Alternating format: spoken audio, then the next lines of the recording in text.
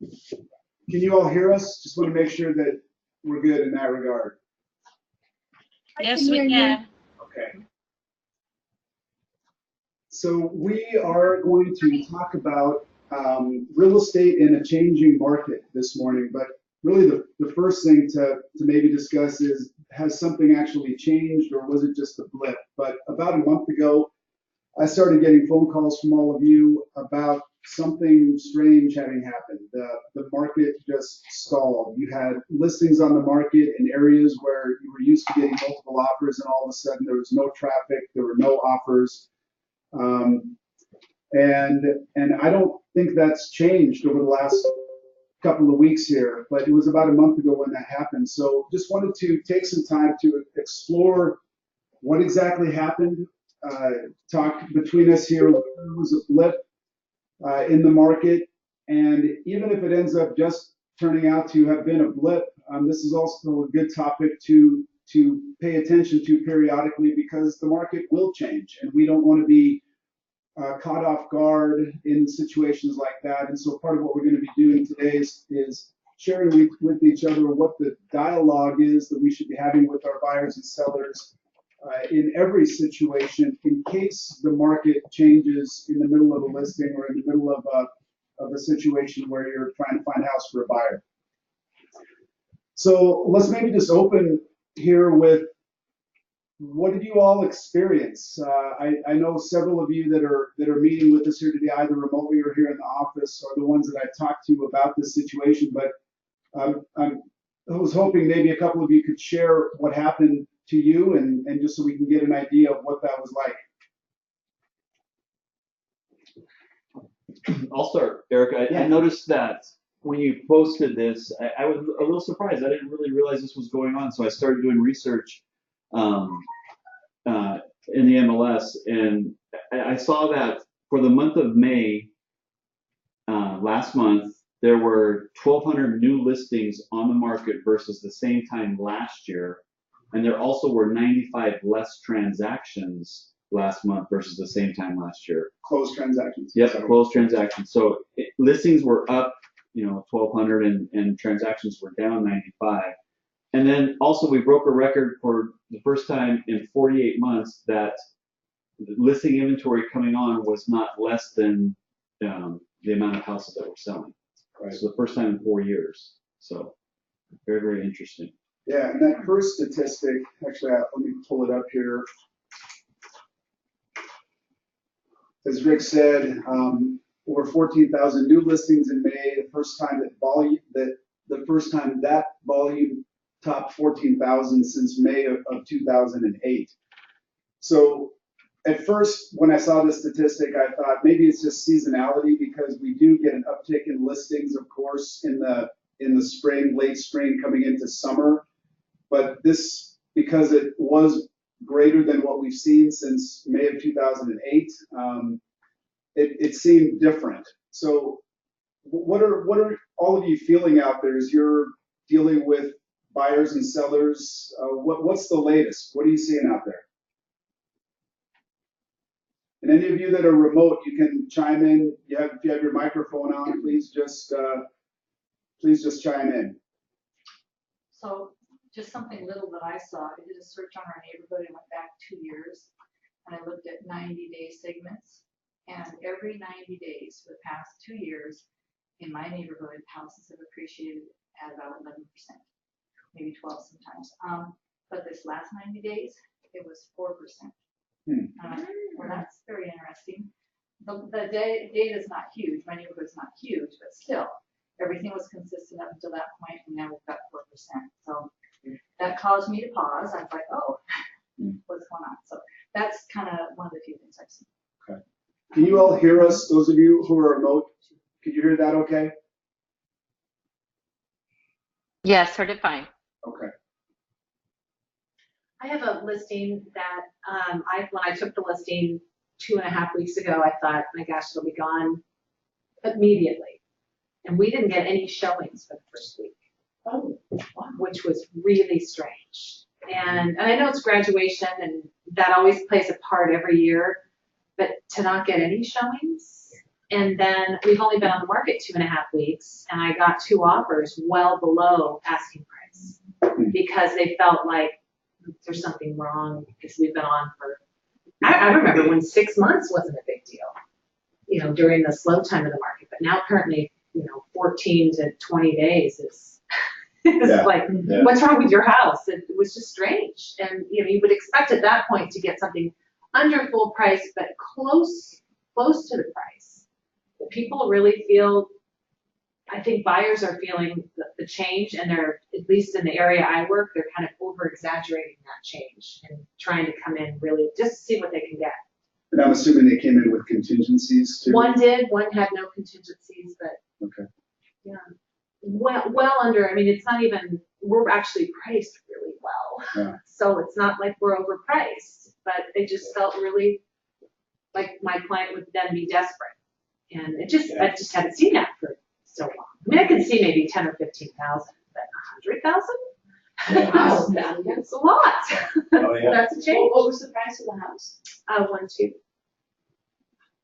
Yeah, there's a pushback on some. I've been keeping track of the competitive area around the one I've got listed out there, because this one's got some issues. It's, Where is that? yeah, so this one's on Paradise Lake Road, so we're right up here at the top of Woodinville, or between Woodinville and King, Snohomish. But looking at that, I mean, just going out and checking it, I've seen price reductions in the area, and I've seen longer, you know, days on market. So you're seeing it, and it seems to be here. Lots of price reductions everywhere, really. Yeah. I don't think We haven't seen any. it's not Seattle. You know, I've got a contingency on this, but I expected a contingency on mine because of where the price was and the work that needs to be done, that kind of thing. But I do see that too. So it's there. And we've had traffic go through there. I mean, it's usually, but it's been 3-4 people here, 3-4 people there. And so we've got, you know, could use a price reduction on some things too, but still, you are seeing that kind of thing. I mean, there's very few things going for a lot more than what they're listed for. Only one that I've seen that went for, you know, from 800 to 897 type of thing. Yeah. The conversations I've been having with some of our South End and North End brokers are surprised by this because they're not seeing it. It's still, I mean, it took them a while to get to the point where they were having multiple offers, but now when this happened up here in Seattle and on the east side, they're not seeing it. And who do we have with us here that works a lot in north and south? Yeah, that's right. Carmen Chiquis. Yeah, I guess I'm thinking more like Linwood North and Federal Way, Tacoma. So I do, and I can mention 2 things that I've seen along those lines. So I listed a house in Denver called Mays Pond, and it was a beautiful home and has lots of beautiful things in the backyard and all kinds of things, right? So I pushed the price like I like to do, and had an open house with 40 people over the weekend, and several people liked it. In the end, one couple made an offer. They made a full price offer. They did away with most contingencies. They really want the house, and they're overqualified. However, that to me is unusual. I should have at least seen a couple more offers with that kind of traffic and in that neighborhood. But again, I was pushing the price. I've kind of reset the market in that neighborhood, I'm being told. So we're waiting to see if the appraisal will fly. But anyway, so there was that, only one offer. And then I'm taking some buyers out looking at houses. And again, the price was actually above the market. And when I called on the 9th day of that house being listed to see, you know, where it was at, she said, we haven't even had a showing yet. So it's just like what you saw. So what I've seen is you definitely can't push the price if you do it. It's a really risky thing to do at this point. Yeah, I think that's exactly the case. You see this starting. I mean, you've got the rates going up. You've got the head tax issue coming out there. Whether or not we're really seeing this long term or whether it's kind of a knee-jerk reaction to what we've seen, but especially on the outer areas.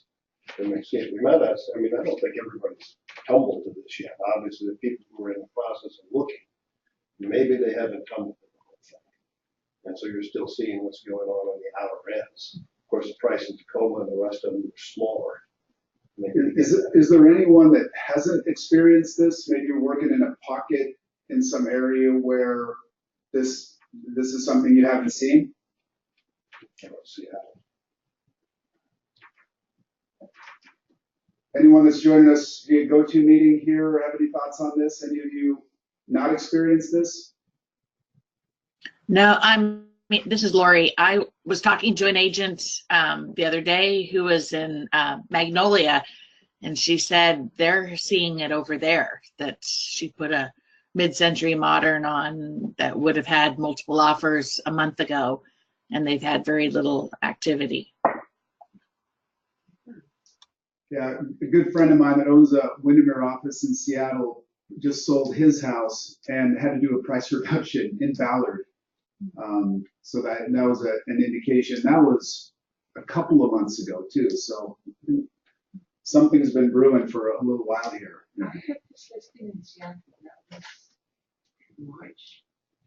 And Well- the open house Can you speak up just a little bit into the mic? and on offer reviewed it, 1 hour. Are appraisals coming in at value? What's happening with the appraisals? I've just had an appraisal done on a house and it came in at just over what we offered. So, and that was Magnolia. I haven't heard anything about appraisal issues. I have one that I'm waiting to be an issue, but the jury's still out on that one, but yeah, everything else coming in. So, yeah, so it appears there's something going on. What I want to get into here in a minute is other than just the fact that that is happening, how do we react to it? What does that change with our buyers and sellers and how we interact with them? I did list a few things here that I want to just quickly take a look at to see, what might have caused this. And Ken already mentioned a couple of them. And let me just click through here. I noted a couple of other things here. What's really going on in the market? Some of the conversations we've had with mortgage brokers are that fewer applications are being submitted, which supports what we're seeing here. I have several multifamily searches set in the entire Puget Sound area, and there's been a significant uptick in the number of listings coming on in the last month or so here, particularly the last week, which isn't proof of anything, but it feels like the market is saying, all right, we want to get these properties on the market quickly. We feel like maybe we've hit the top of the market here. And so it's not just that seasonal, we want to get our house on the market in the spring or summer, but it's more that the sellers are thinking that something is going on and might be time. That's the vibe I'm getting anyway. So what could be causing that? Fewer Chinese buyers came up in my research. Seattle's employee tax, the head tax, as Ken mentioned, rising interest rates, although it appears they've stabilized, at least from the research I did over the last couple of days here. Buyer fatigue, natural ebb and flow of a market, that could certainly be what we're dealing with here. Baby boomers selling. Before we went live with the meeting here today, we were chatting here in the office about people that it appears are, for years, have been unwilling to sell in Seattle and the east side and move to outer areas in the Puget Sound or further out from Seattle and the east side. But it appears that they're more willing to do that. And maybe that, again, is an indication of the fact that we are at the top of the market. More strict immigration rules could also be at play here, or the feeling that could change people's work status, especially for Microsoft, Google, Amazon, etc. I think also the work permit for the husband or the wife of an HB1, that was withdrawn. Exactly, yeah. So, Yeah. I mean, you lose one bread maker. Yeah, well, maybe the whole family has to move. Yeah. The other thing that came up in my research was slowing rent growth, and not only in Seattle, but across the Puget Sound, from what I could find. So landlords may be putting their homes on the market because the increases in rents that they were enjoying are slowing. Statistic that I found that I thought was interesting, 17% of all the homes in Seattle are rentals. That seemed to if somebody would have asked me that question before I saw the statistic, I would have guessed 5% or maybe even fewer. That seemed like a significant percentage. Where did you get those? I was gonna say, where was that? The internet.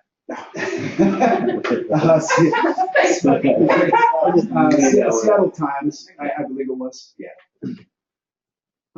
And then this graphic here, I thought it supported the statistic that I just showed there a minute ago. I thought this was interesting just in terms of rent growth for single family homes. And this is the Seattle metro area. And this was back to 2012, so a fairly significant drop there recently.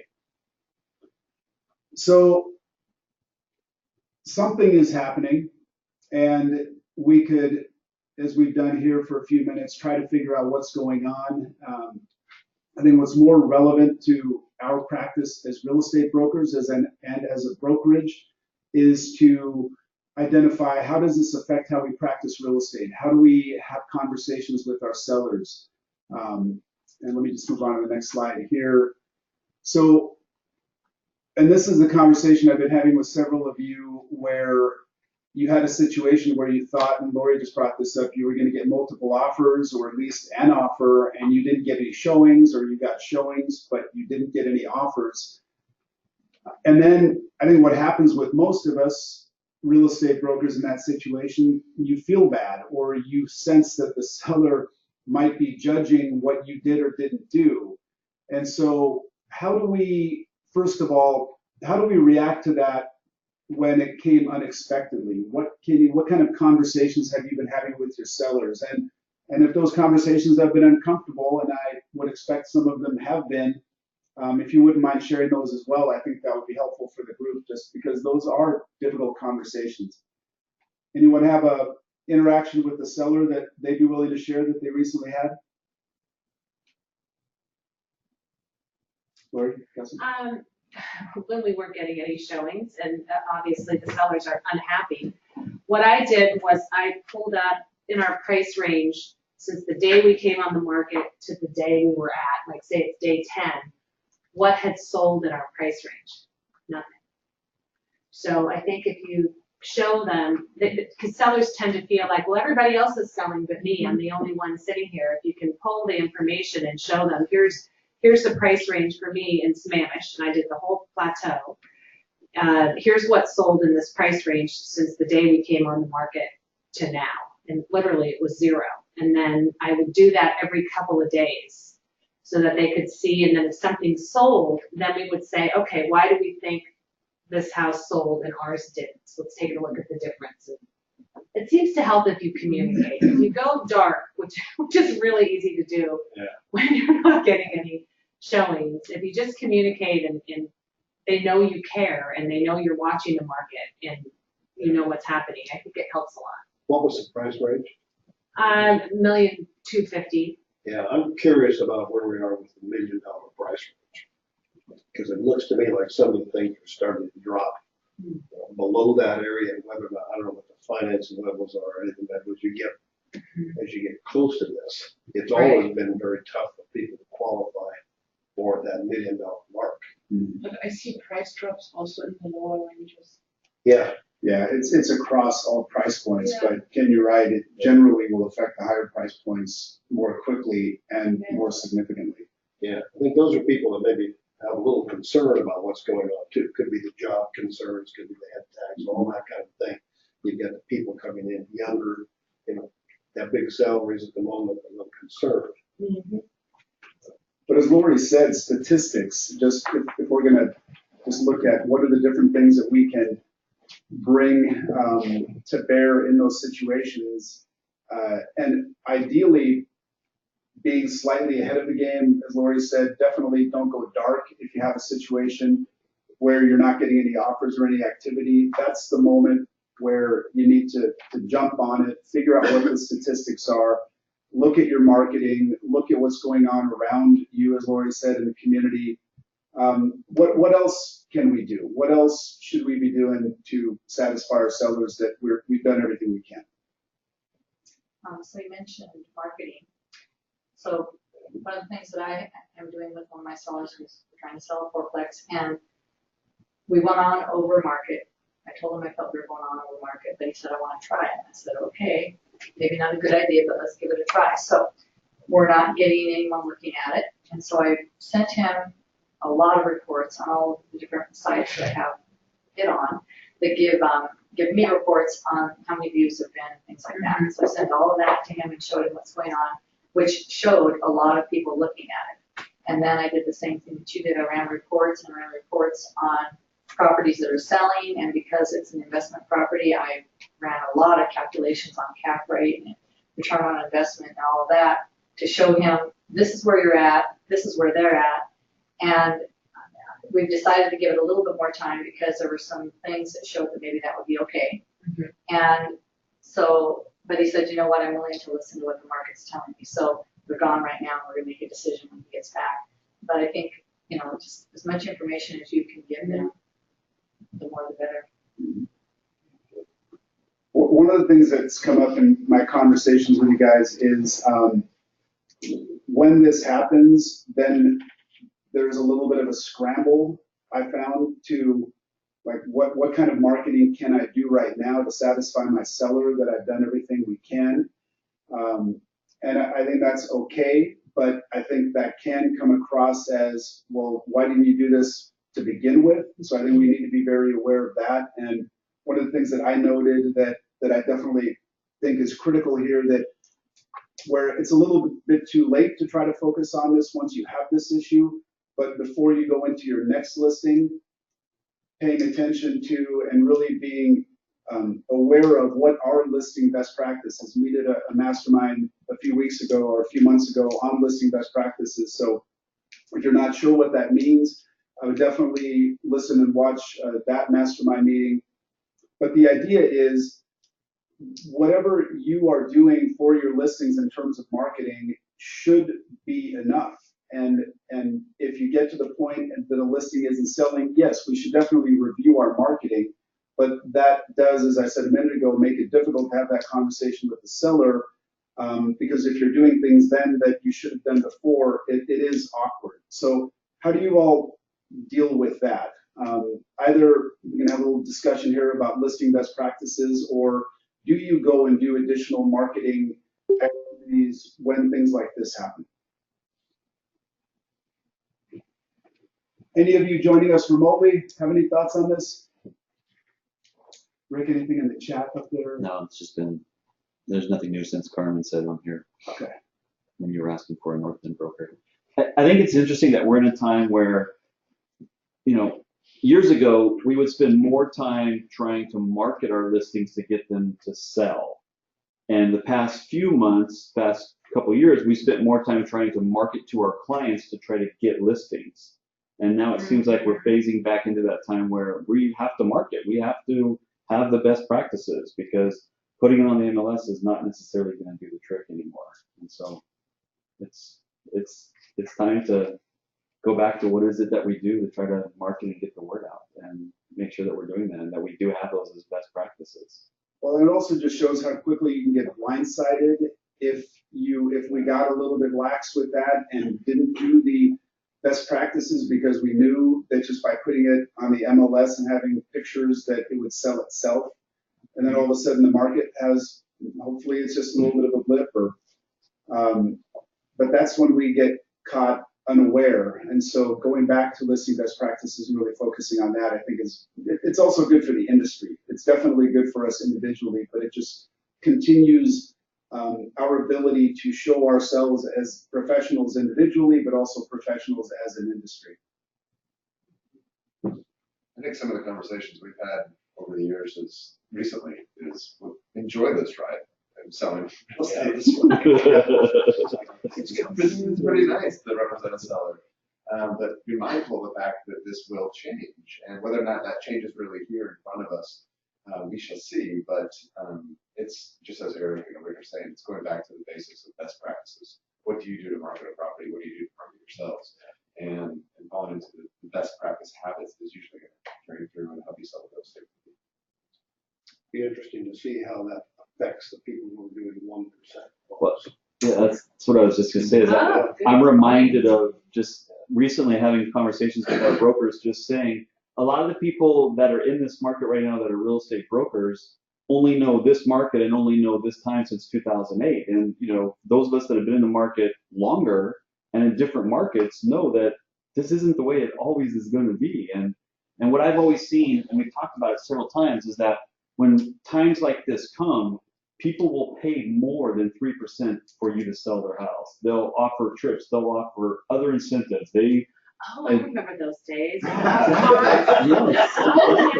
Vacations and trips to Hawaii and everything. And that's what I've been Trips to Hawaii. yeah, telling Oh my people, gosh, I right? forgot about that. Yeah. And so this type of stuff tends to go away when when we have to do our job and market a listing and try to get it sold. That people are not going to be asking for rebates. They're going to be offering to give you rebates and if you could sell their house. And so exactly, Ken, I think that this is like Derek was saying, is if this is going the way that it's going to be, it'll just be very interesting to see what happens to some of those companies. And it goes back to what are our best practices?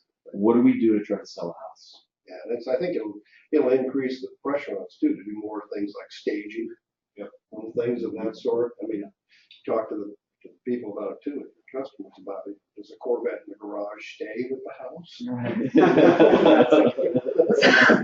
How about the dog they like? I keep hoping. Peter Cattle. Can I'm remotely? Can you hear me? Yes. Yeah, who is this? Peter Cattle. Hey, Peter. How's everybody doing? We're doing good. Well. Good. Here's my insight on it, and I know everybody's basically saying the same thing, but I don't want to minimize. I don't think we should minimize being really aware of what the market's doing. And by the way, Eric, I love this topic because I think we need to be on top of this and watch what's happening. But pricing is so important, and I can't. I want to emphasize that you cannot market. You cannot spend a bunch of money on marketing and sell an overpriced listing. So I just, speaking as an agent and with empathy towards other agents, we need to be real careful not to be throwing money at a listing that we really need to admit is overpriced, if it is. And somebody earlier spoke about the communication with the seller and not to go hide. I totally agree with that. And it is easy to just kind of put your head in the sand. But the best thing to do is exactly what she was doing, updating the seller continually with what the market's doing. And they'll see it, they'll get it. But if they're watching the news and reading the newspaper, those statistics lag a lot. And so they're seeing the hot market, the multiple offers and stuff, but that information is probably at least 2 months old, maybe a month old, maybe 2 or longer. So anyway, that's my comment. That's great. Thank you, Peter. That concept of overpricing, where maybe over the last couple of years we wouldn't get punished if we were overpriced because there was still so much demand out there that even if you didn't get that overpriced price, which you probably often did, now, as you're alluding to, it can be significant how quickly that impacts what happens with a particular sale. So being very intentional and aware of where we price the home has just become more critical if it stays this way, Yeah, and I totally agree with that. I'd love to be the agent that says, hey, I've never taken an overpriced listing, I've never had an overpriced listing, but we all know that that's not true. Well, hopefully you don't single me out for that, but I can honestly, I've done it, and I've had the sellers that want the, I used to get sellers that wanted advertisement in the Wall Street Journal, and I'm just thinking, in my own mind, I'm thinking, are you crazy? I'm not going to spend 50% on marketing to try and get a sale on a property that's not going to sell because the pricing's not right. And that's what we need to be sensitive to and realize, yeah, we need to be doing all the right things for marketing and listing, but be really sensitive on the pricing and revisit it constantly, and be careful not to spend money thinking it's going to sell a listing that's overpriced, because it's not. I'll guarantee it. It's just not going to happen. And along those lines, Peter, I think having a conversation, no matter what the market is like, having a conversation with our sellers before we go live or even before we sign the listing agreement about what it is that we are going to be doing in terms of marketing, and maybe also, and I've done this in certain situations, explaining what I'm not going to be doing in terms of marketing. So I might say, you know, maybe you've heard about people advertising in the Wall Street Journal. Here's why I don't do that.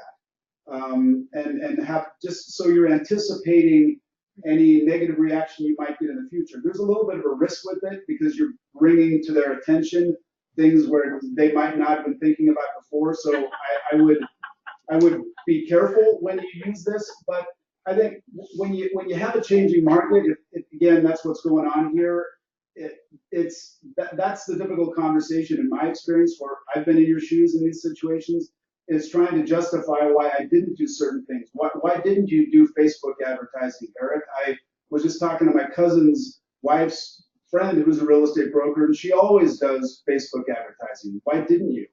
And that can become very awkward, not when you have multiple offers, because then it's great. But when you don't, then all of a sudden that can come up. So knowing what other people are doing in terms of marketing, whether it's Wall Street Journal, whether it's Facebook advertising, and at least having awareness around what all of the choices are for things that you could be presenting in terms of best practices. You may choose not to do Facebook advertising, but you should have a reason why.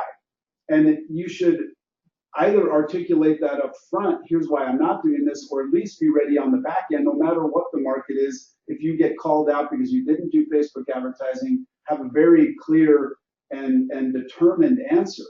Again, going back to best practices and professionalism, that is what a professional would do, just at least be prepared with answers to those things. Well, I totally agree with that, and I think it falls into the category of set realistic expectations with your seller. And speaking of the competition in that, sometimes it depends on the listing appointment, but sometimes I'm just totally upfront, and I tell them, hey, you know, you'll probably be talking to other agents. I understand that. Let me tell you that there are agents that have better presentations than I have. They have better materials. Everything might look better. You know, if you talk to 5 agents, they're all going to have 5 different things, and some of them may or may not be better than the materials I have. But here's what I do for you, and then you can get into representation and how important pricing is and all of that. But I agree with you, Eric. Setting realistic expectations is important up front, but the pricing issue, especially in a market, if it is turning, gosh, all of us as agents, we need to look at, I would encourage everyone that's listening to revisit all of your listings, take a look at it, and just, you know, reanalyze, and you may need to have a discussion with your sellers. Maybe not. I don't know what situation everybody's in, but gosh, if the market's changing, we'll be ahead of the game if we head it off up front with good communication with the sellers. And I'll shut up now. That was great. Thank you, Peter. I mean, I've had a couple of discussions with brokers recently where the seller decided to cancel the listing because the seller wanted to stay at a higher price and wasn't willing to have a conversation about lowering the price. And to your point, Peter, about the lagging of the statistics, they were probably reading what has been going on in the past and weren't prepared for what just happened. And I think an important thing that we can do, and I would do this if I were out there right now in every situation, I would always hedge a little bit when I'm having a conversation and sit with my seller or buyer clients, but particularly sellers, and setting expectations. If we're in an area in a market where we are expecting multiple offers, I will always tell them that you know what, it is possible that in the middle of what we're about to do here, that the market could shift. And it's a slim chance, I would say, up until very recently. If we're having this conversation 4 months ago, I would have said, you know what, there's a very slim chance that your house here in Ballard at $800,000 isn't going to sell with multiple offers, but it's possible.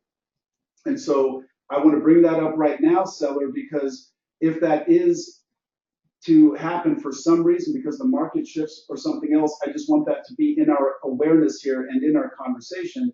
That way, if it does happen like it just did, you have the ability to go back to that conversation and say, yeah, you know, remember we had that conversation about that 2% chance of something happening? Well, it appears it did here.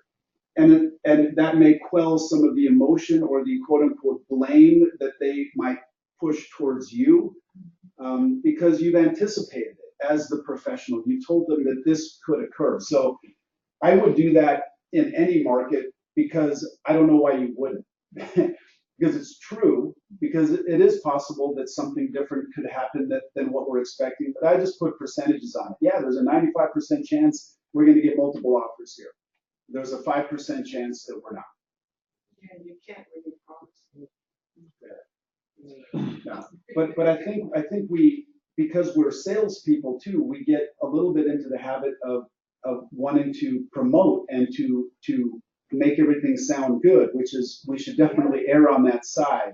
But a slight hedge in that conversation, I think, sets their expectations properly and also protects us from blame for something that we had no responsibility for in the future.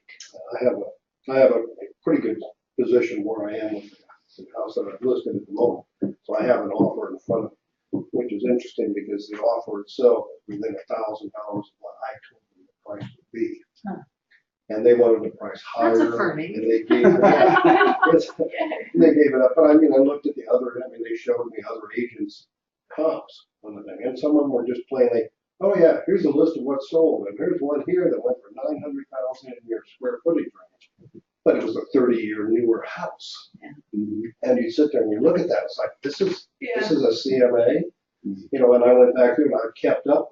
I mean, they have 6 acres, most of it underwater. You know, so they wind up with a 1.5 acre type of thing. And when you look at what's move-in ready, and you're seeing, I drew my prices from that. And so I've got at least backing in front of me and said, look, this is it, and here's where you were. So are you sure, Ken, the buyer's agent didn't just ask you what it's going to take to get the deal out of the man? Not at all.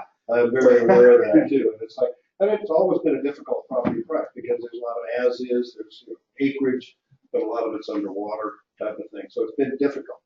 So I've seen that. And it's, I mean, I've had one lowball offer, and now this one's $150,000 higher. So, you know, they've done the job, and it's right in there where everything else in that area is selling with that kind of general usable acreage and move-in ready. So I think one thing that's really important to remember with your sellers is when their house isn't selling, and this is something I've had to remind myself of because we do this every day, they don't. And when their house isn't selling and it's on the market past a review date, they feel embarrassed. They feel like there's something wrong with their home. And part of that defensiveness against you is them feeling what's wrong with my house. So if you can assure them it's not your home, here's how you compare with another home that's also still on the market.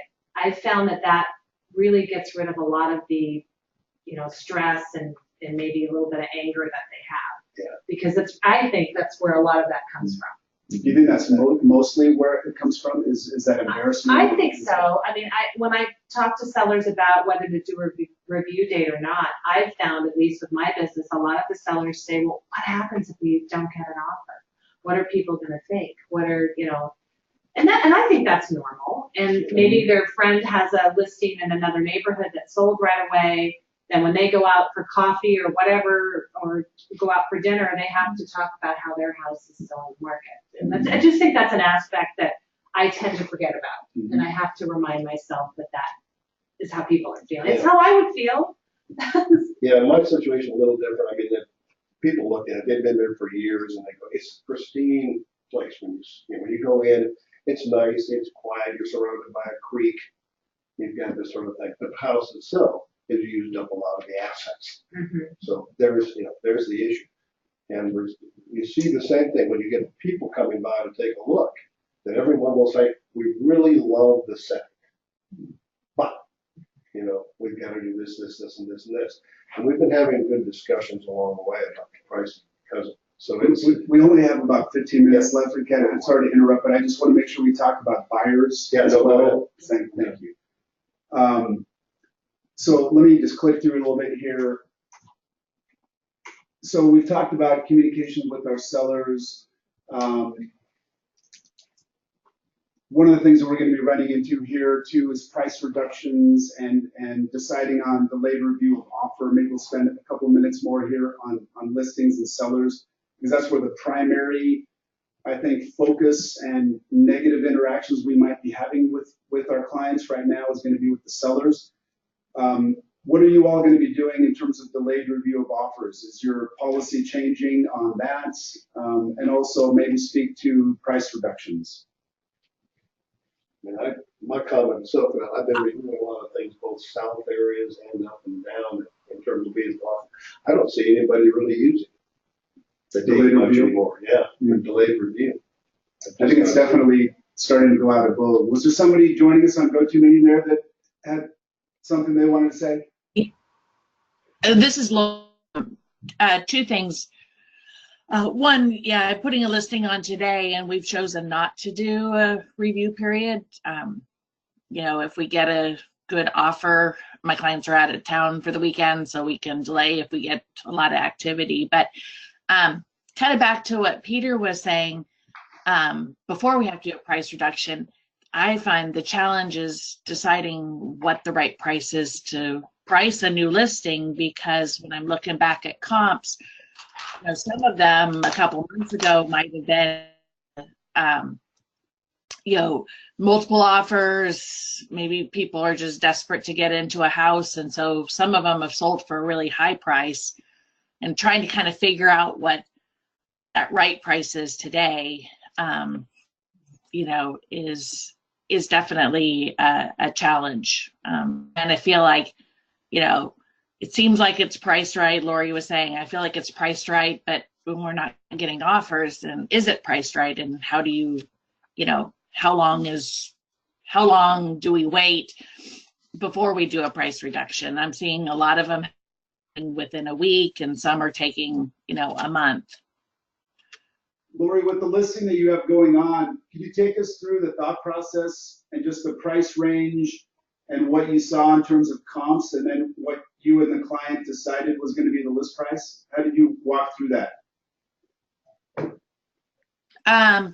So it's a 2,000 square foot rambler on the south end of the plateau near Klahani. So we're looking in that low 800 range. My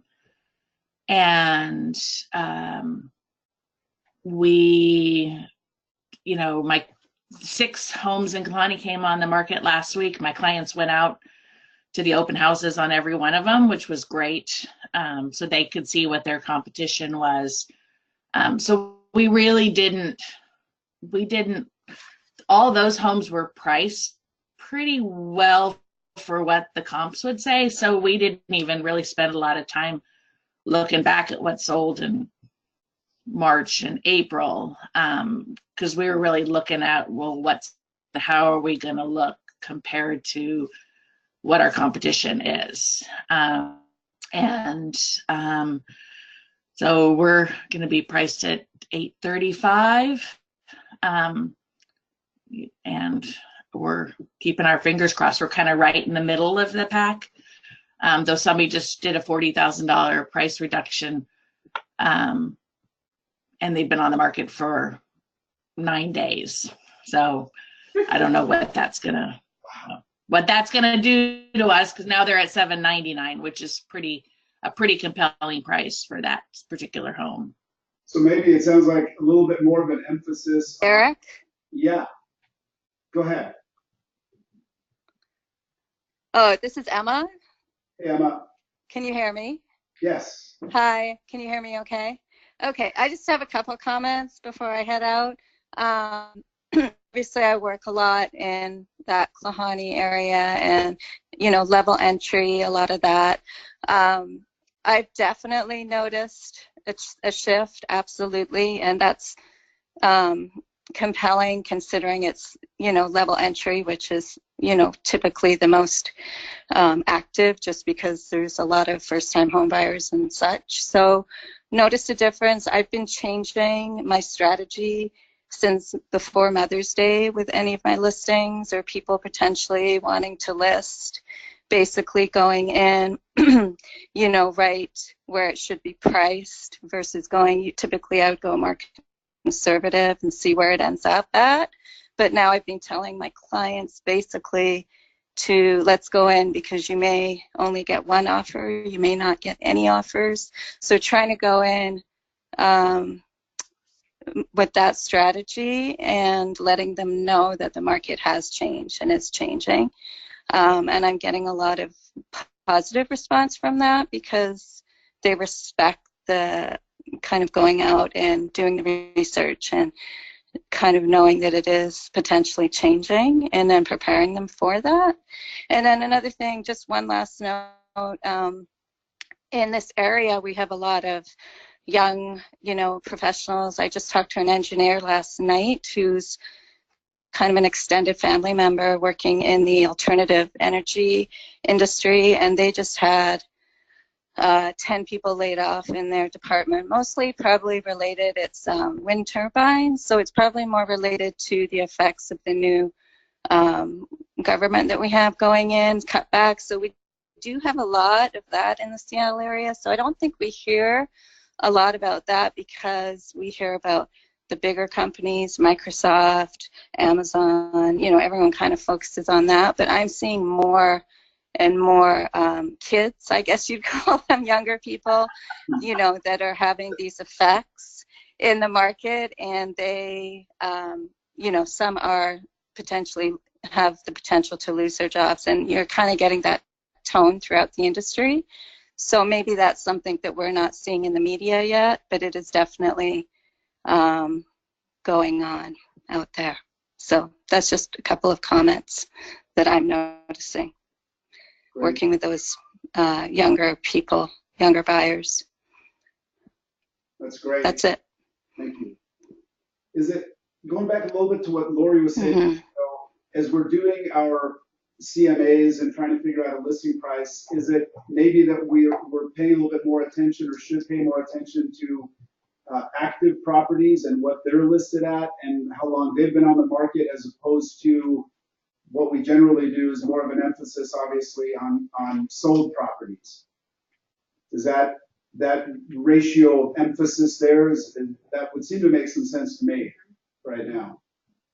I think it's also important to keep track. That was my focus, Okay. you know, with my clients, and I told them that, you know, that we probably will just get one offer, and so we need to, you know, whatever we price at, they need to be comfortable that may be, you know, all they get, and they may not even get that. So they seem to be, and they were really, last week when we started having this conversation, I, you know, was breaking the news that the market had changed.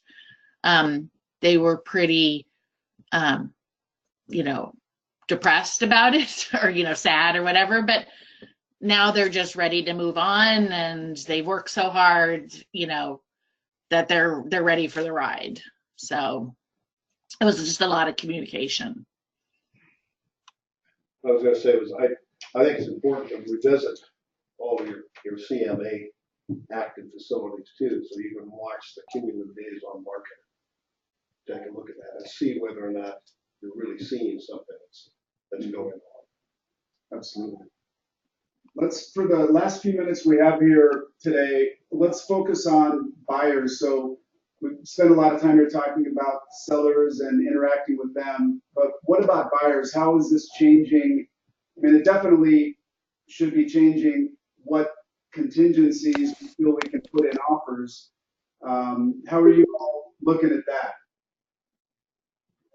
Has it changed very recently the number of inspection contingencies you're putting in.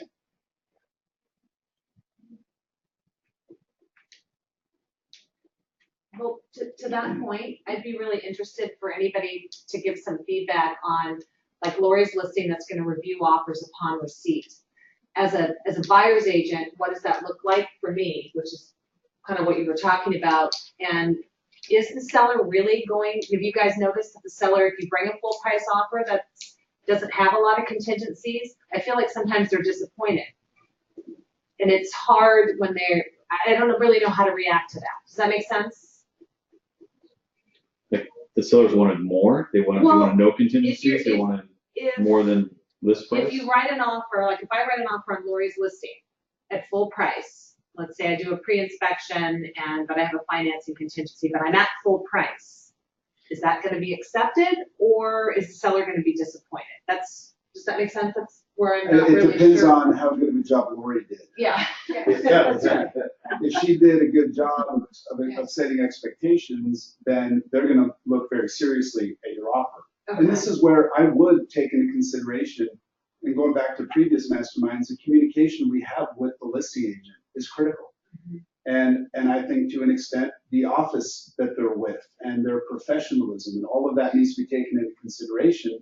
And as we're explaining things to our buyers, trying to anticipate and set expectations based on all of those interactions. Because if I'm talking to a listing agent that is clearly inexperienced, doesn't know how the contracts work, doesn't know how to have these conversations, I'm going to guess that they aren't in full control of their client and haven't properly set expectations. Yeah. So I'm going to factor that into my thought process. But if it's literally Lori Schlegg, who is the listing agent, or a Windermere agent or something like that, that on average is going to have a higher level of professionalism, then I'm going to assume that they've had this conversation. But it's all just, you're betting, right? We're just assessing the odds of that having occurred as we present these offers. And we never know, we never have all of the information, but our job is to gather as much of it, including whatever we can get from that listing agent in terms of their professionalism. It does factor in to how I would approach writing up an offer. I've got an interesting situation where I've got a closing next week for a buyer who came in with an escalation clause just over a month ago. And the sellers, it was the only offer, but the sellers said, we're not going to accept this unless you come to the top of your escalation clause, because they were expecting over $1 million. And we came in under $1 million. And my buyer wanted the property enough to up his offer because they wanted to just take it back onto the market a month ago. And that this was really that evident. I mean, how do these conversations with buyers who are currently under contract, what do we say to them? Well, I mean, if I were a buyer under contract right now, knowing what I know about the contracts and about, I mean, I would at least want to know what contingencies I have. And I would want to know if paragraph W was crossed out or not, because if we're within the first 10 days and the market just did what it did, and we're in the first 10 days after mutual, and there is maybe arguably some material inaccuracy on Form 17 or something, I want to take that into consideration. And so we as professionals, it becomes a legal question, which we can't give opinions on of whether or not they can get out of this contract.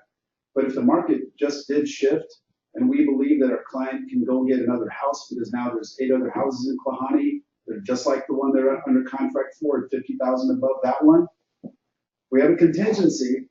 It's all legit. It's all legit. So I think we need to be aware of that, and that's where putting in contingencies now, when we can, as buyers, I don't know that the overriding theme here is we're not sure yet what has occurred, but definitely something has. And if I were a buyer myself right now, I would want to add in contingencies. I would want to take that risk of putting in an inspection contingency, title, financing, all the ones that we would like to have in there. Definitely something to consider. The other thing I wanted to mention that I think is a pretty critical importance, and this happened to one of our brokers where the seller, so we got an offer, we were the listing agent. We got an offer, seller decided to counter on a relatively inconsequential term, as it turned out. And the buyer decided not to move forward, and the seller didn't have any other offers. And then the seller regretted countering on something that, had they really thought about it and taken everything into consideration, wasn't significant enough for them to want to risk it. And our broker did a great job in this. It wasn't her fault, but we just need to be aware anytime we're countering on anything, and this goes to the escalation clause where Andy Fitzsimmons and others have said, you know, we don't want to use the formula in the escalation clause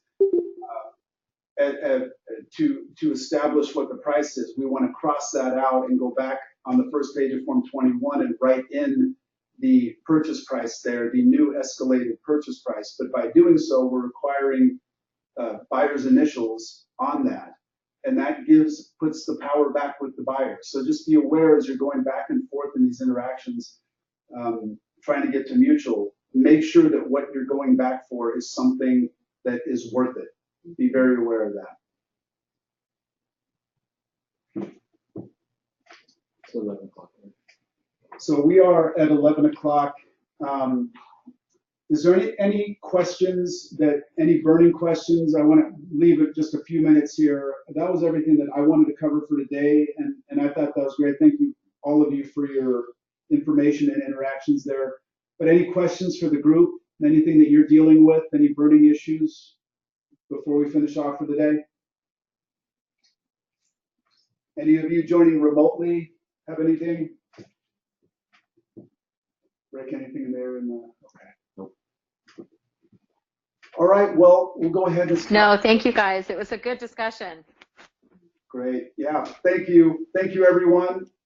And good luck out there. Definitely use the Facebook group. If you have any questions you want to get group consensus on, you can always reach me. So thank you again. Have a great weekend. Great job, Eric. Yeah.